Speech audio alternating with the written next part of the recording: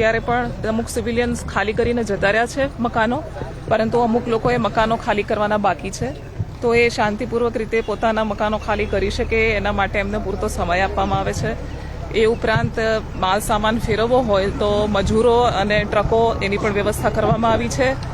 આ હાલનું જે વાતાવરણ છે એને જોતા એમ્બ્યુલન્સ, ફાયર ફાઇટર એ તમામની પણ વ્યવસ્થા કરવામાં આવી છે.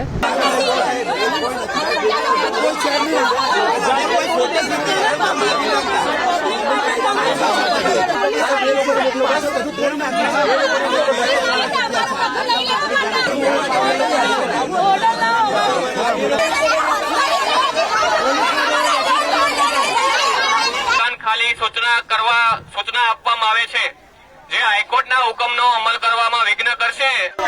સનદધારકના વારસદાર કે કાયદેસરના વેચાણકરા ધારક છે અને સનદવાળી જમીન પર મકાન બનાવેલ છે તેવા